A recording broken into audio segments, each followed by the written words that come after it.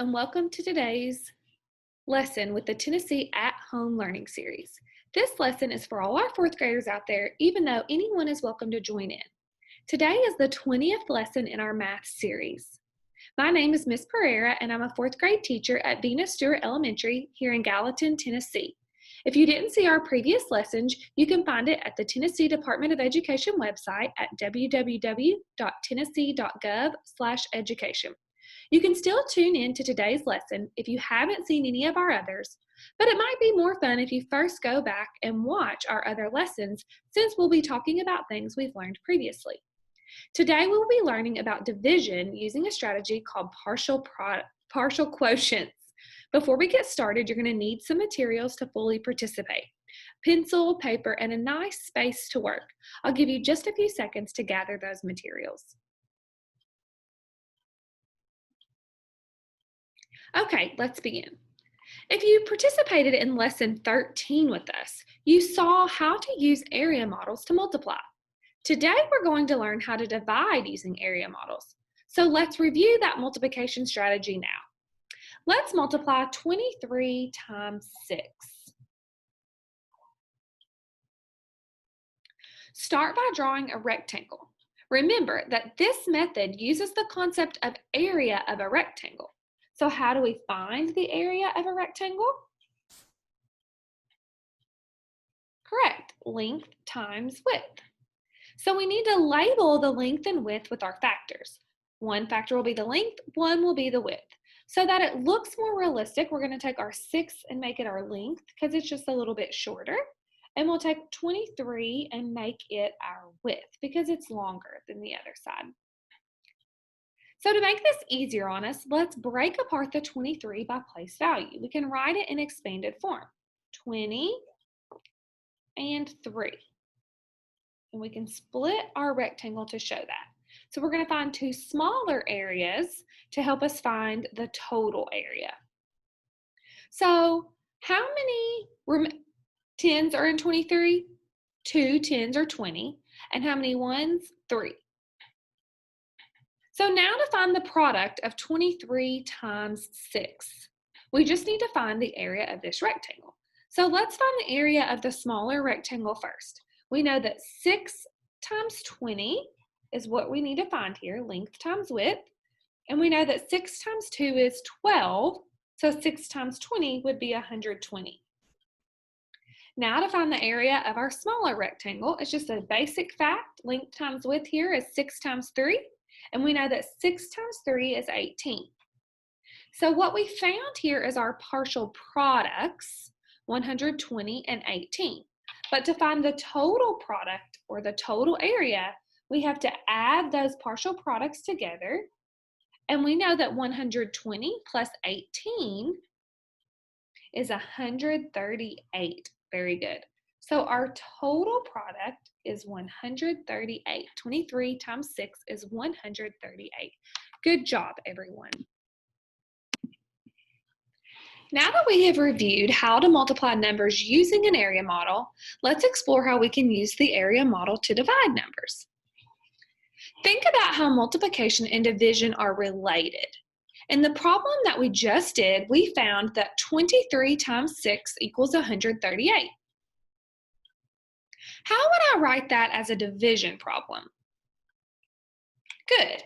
We could write 138 divided by 6 equals 23, or we could write 138 divided by 23 equals 6. And where in the area model did the 138 appear? Yes, 138 is the total amount of inside the rectangle. It represents the area of the whole rectangle. And where did the 23 and the 6 appear? Yes, they appeared as the dimensions of our rectangle. In the multiplication problem, 138 was the product, which gave us the area, and the 23 and the 6 were factors. So if we think about this in the division problem, the 138 becomes the dividend. So the dividend also represents the area of the rectangle. And what about the dimensions? Very good. One dimension is the divisor, and the other dimension is going to be the quotient, or the answer to our division problem. So let's see how the area model can help us divide. Let's consider this problem.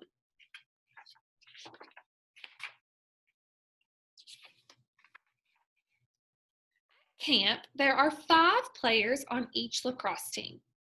If there are 125 people on lacrosse teams, how many teams are there? So what do we know? Yeah, we know that there are 125 people playing lacrosse, and we know that there's 5 players on each team. So what are we trying to figure out? Yeah, we're trying to figure out how many teams are there. So what operation will we need to use to find the number of lacrosse teams? Good, division. We have to figure out how many teams of 5 players can we make out of 125 people. So that means we need to divide 125 by 5. Just like with multiplication, to use an area model to divide, we will need to start by drawing a large rectangle. So draw one with me.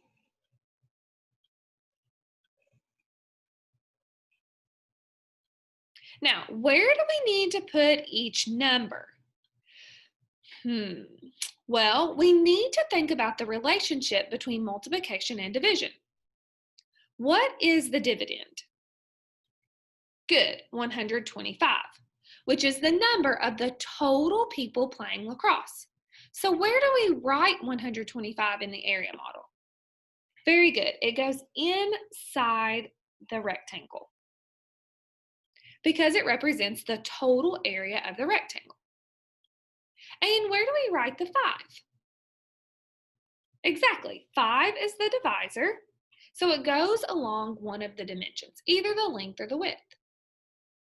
So what are we missing in this rectangle? What are we trying to find? Good. We're trying to find the other dimension. So let's just put a question mark up there so we don't forget that that's what we're trying to find. Remember how we broke apart the top number in the model for the multiplication problem to make multiplying easier? We can do that here too. So how do we know where to start? Just like in the multiplication problem, we know that we have to multiply 5 by some number to get a total of 125. So let's start with something we can easily multiply. It's always easiest if we start with a friendly number. So how about 10? What is 5 times 10? 50. Very good. Is 50 less than 125? Yeah. So I'm going to redraw my rectangle the same size as the first one so I can break up the area.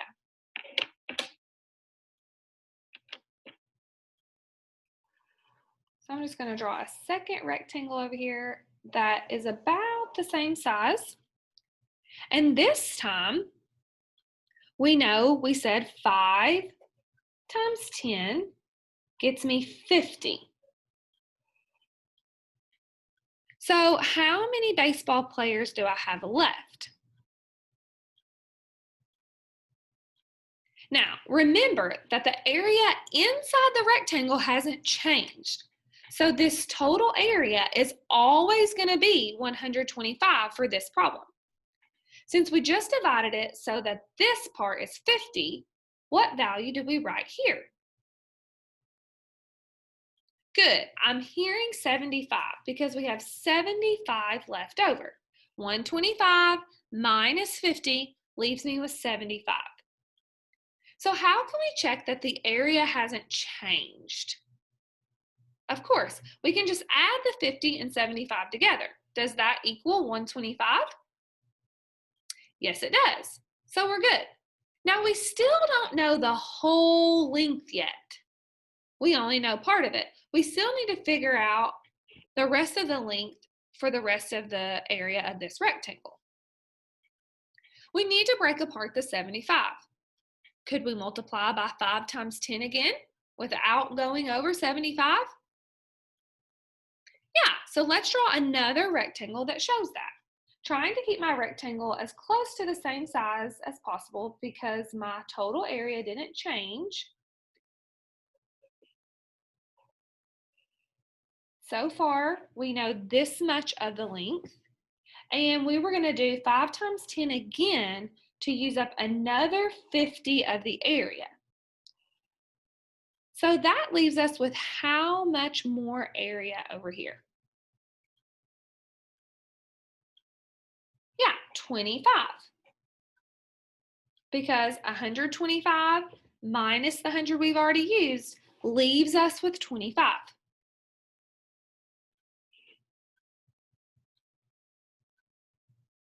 So what number can I put where the question mark is for my 25? 5 times what would get us this 25? So I'm just going to draw one more rectangle. We said 5 times 10 is 50. Another 5 times 10 is 50. And now we're trying to figure out 5 times what would get us this last bit of our area, 25. Very good. 5. So let's check again to make sure our total area hasn't changed. 50 plus 50 plus 25 is 125. Our total area has not changed. So what does this tell us? Where is our answer in this case, or the quotient? You got it. It's right here across the top. We refer to these numbers as partial quotients because each of these numbers is part of the whole quotient. To get to our quotient, all we have to do is add these numbers. So 10 plus 10 plus 5 gives us a total quotient of 25. So let's check our answer using multiplication. Look at the completed area model. If we multiply the length, 5, times our width, 25, what do we get? 125. Very good. Great job. If we think about what we did to find each partial quotient, we can actually work this out without drawing the picture. So let's do the same problem. That way you can see what it looks like. So again, write 125 divided by 5 at the top of your paper.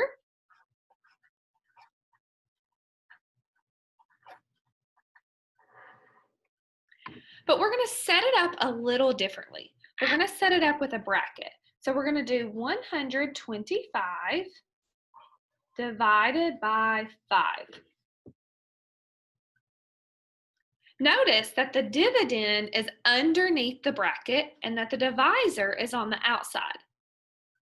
I agree, this setup is similar to the area model. From here, we're going to go through the same thought process as we did when we were using the area model. What friendly number can we multiply 5 by and get a product that's less than 125? Remember, the goal here is to make it easy. So pick a number that's easy to multiply by, like 10, like we did before. So just like with the area model, we'll put a 10 on top. And we know that 10 times 5 is 50. And 10 is our first partial quotient. 10 times 5 is 50. Is 50 less than 125? Yeah, so we need to see how much is left over. In order to do that, we need to subtract. 125 minus 50 is 75. Since we still have 75 in the dividend, and 75 is bigger than 5, the divisor, we have to keep going. Can we multiply by 5 times 10 again? Yeah. So we put another 10 on top. 10 times 5 is 50. 50 is smaller than our dividend, 75, so we have to subtract. And we still have 25 left that we need to divide out. So what could we multiply by this time? Could we multiply by 10 again? No, because we only have 25. So we have to multiply by a smaller factor. Right, 5. So 5 becomes our third partial quotient. 5 times 5 is 25. And when we subtract, we're left with 0. So what is our answer? We have nothing left in our dividend. So what is our answer? Good for you. Just like with the area model, we have to add up all the partial quotients on top. What is 5 plus 10 plus 10? Very good. 25. Therefore, 125 divided by 5 is 25. Using the partial quotient strategy, either with or without the area model picture, is a great way to help you break down the dividend into smaller, friendlier numbers, which in turn makes it easier to divide large numbers. Thank you for thinking through these strategies with me. Now, get ready to try some on your own. Okay, work through this next problem with me as I think aloud. I'm going to divide 262 divided by 7 using the area model. So first I'm going to draw a rectangle and you draw one with me. And we're just going to set up where do our numbers go so that we can make sense of using this strategy. So first, we're going to put the dividend 262 inside our rectangle to represent the total area of the rectangle. And our divisor is 7, so it becomes one of our dimensions, our length or our width. So I'm going to label the width up here with a question mark. That's what we're trying to figure out. We're trying to find out that other dimension. So now I'm going to choose a friendly number to multiply by 7 to get a product that's less than my dividend of 262. I think I'll start with 10 first, a good friendly number. So I'm going to redraw my rectangle. And I know that 7 times 10 is 70. So what is left of my total area here? I have to do 262 minus the 70 that we already used. And that leaves me with 192 that I still need to figure out what is the rest of this dimension that's going to give me 192. So I'm going to try another friendly number, and I think I'll do 10 again.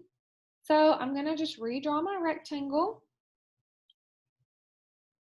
We already know that 7 times 10 is 70, and we're going to do that one again. 7 times 10 is 70. This time we've used 140 of our total 262. So 262 minus 140 leaves us with 122 that we're still trying to figure out the rest of our width. So let's draw another rectangle, trying to keep it the same size because it represents the same total area. We already did 7 times 10 is 70. 7 times 10 is 70. And now, what can we multiply that gets us close to 122 without going over? Correct, we could just do 10 again. 70, because the goal is to keep it easy. So now we've done 73 times, which gets us 210 that we've used out of our 262. So 262 minus 210 leaves us with 52 that we still need to divide out. So we're trying to find 7 times what will get us to 52. So let's draw another rectangle.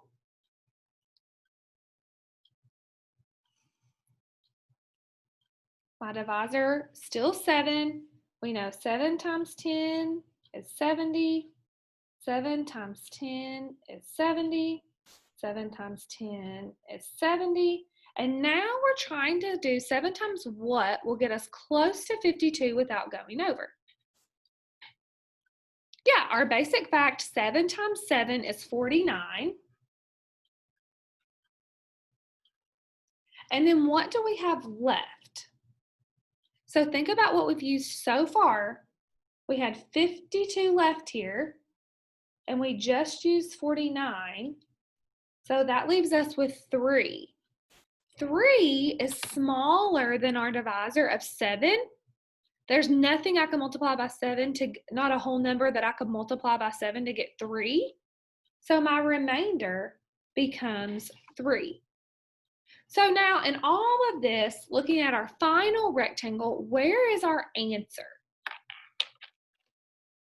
Correct. We have to look at our partial quotients up here at the top.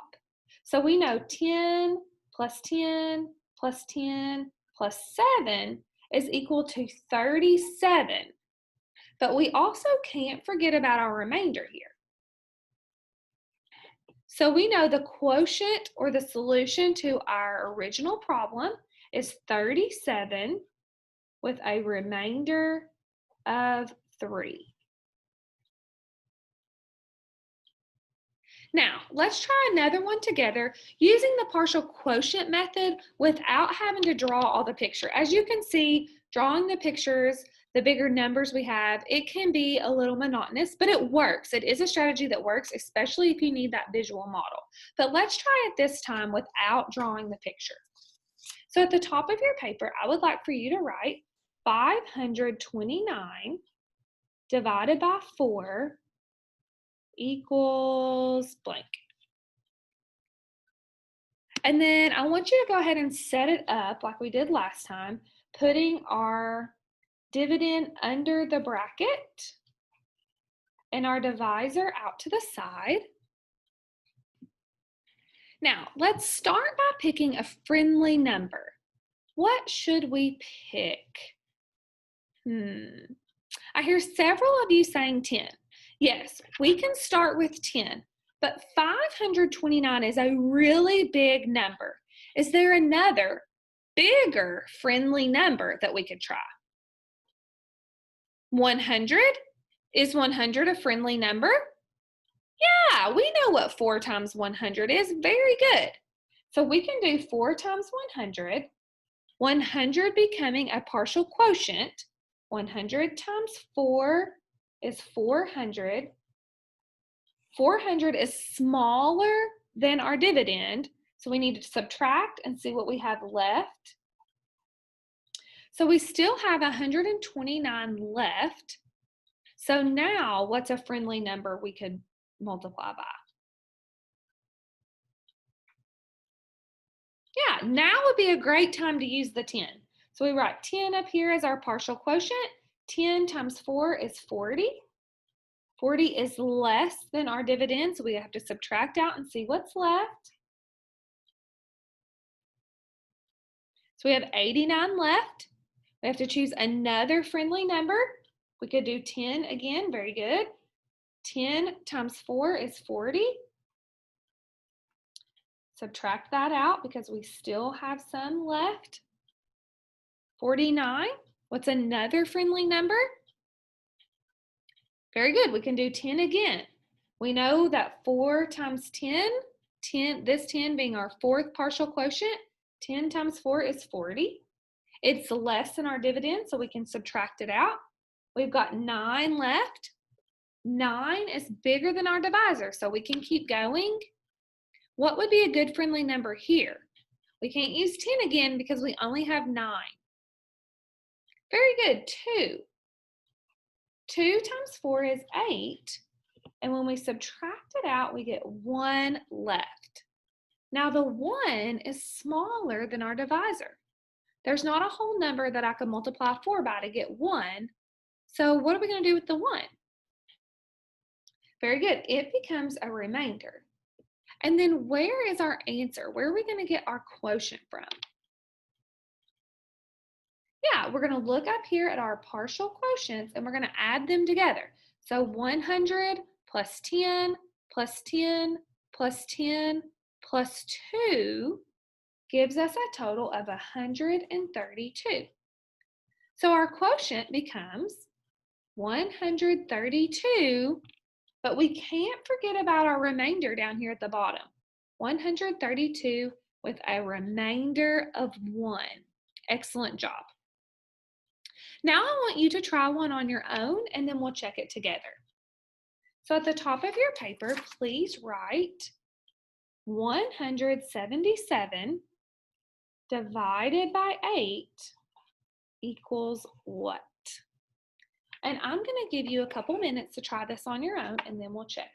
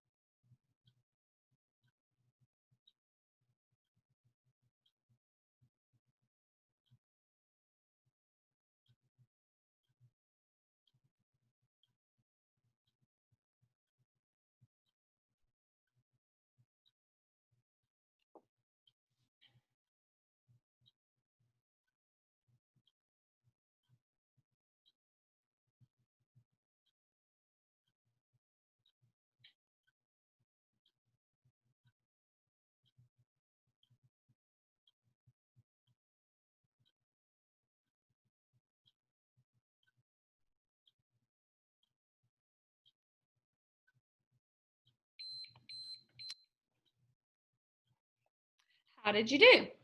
Did you find that 177 divided by 8 equals 22 with a remainder of 1? You may have tried different friendly numbers, but the friendly numbers that I found were 10, 10, and 2. So I did 177 divided by 8. I started with my friendly number 10. I know 10 times 8 is 80. And when I subtracted that out,